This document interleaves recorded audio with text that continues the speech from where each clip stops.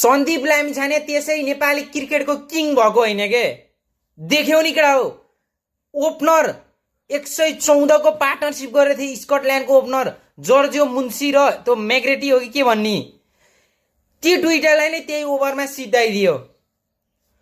George मन्जुले त अझ पहिलो बलै छक्का हान्यो, त्यसपछि डट खायो, आउट भयो, क्याच आउट।